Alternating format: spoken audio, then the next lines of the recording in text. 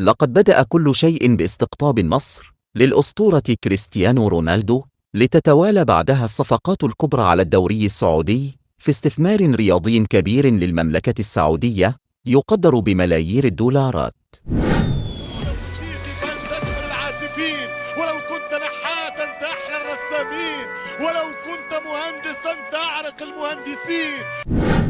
جاء كريم بنزيما بعدها إلى الاتحاد، ثم التحق به كانتي نجم تشيلسي وبطل العالم مع فرنسا سنة 2018. فما هو جديد النجوم الذين باتوا قريبين من الدوري السعودي؟ نقدم لكم أبرز 5 صفقات، منها من حسمت ومنها من اقترب حسمها. تابعوا معنا. في المرتبة 5 كاليدو كوليبالي إلى الهلال. أشارت تقارير صحفية موثوقة أن نادي الهلال قد توصل إلى اتفاق مع نادي تشيلسي من أجل ضم الدولي السنغالي كوليبالي بعد سنة صعبة للاعب والفريق. في المرتبة 4 مارسيلو بروزوفيتش إلى النصر. حسب شبكة سكاي سبورت الإيطالية، فقد تلقى انتر ميلان عرضاً رسمياً من النصر من أجل ضم لاعب الوسط الكرواتي، والنصر مستعد لدفع المزيد من أجل حسم الصفقة، ويذكر أن اللاعب يعتبر هدفاً أيضاً لبرشلونة. في المرتبة 3 روبن نيفيز إلى الهلال.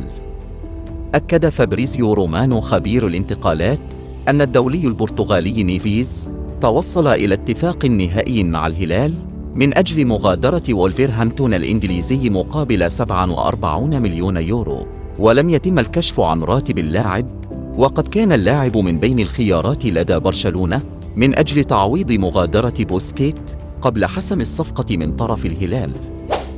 في المرتبة 2 حكيم زياش يزامل رونالدو في النصر.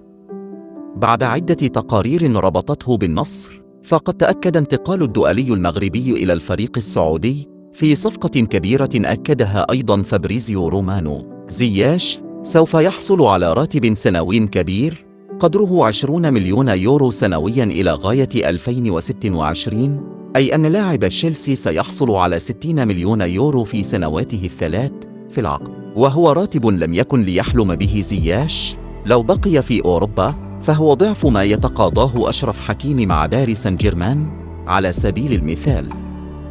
في المرتبة الأولى الجزائري رياض محرز إلى الأهلي السعودي. يعتبر محرز الهدف الأبرز للأهلي هذا الموسم، وحسب تقارير سعودية وإنجليزية على حد سواء، فقد أغرى الفريق السعودي محرز براتب عملاق، وإذا أخذنا بالاعتبار سن محرز الذي تجاوز 30، فهي فرصة لا تعوض، لا سيما أن محرز لا يدخل في خطط كوارديولا، فهو يظل حبيس الدكة في أغلب المباريات.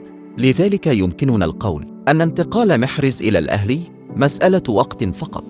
يبدو أن الدوري السعودي في طريقه إلى اكتساح أوروبا، فهو مستمر في إغراء النجوم.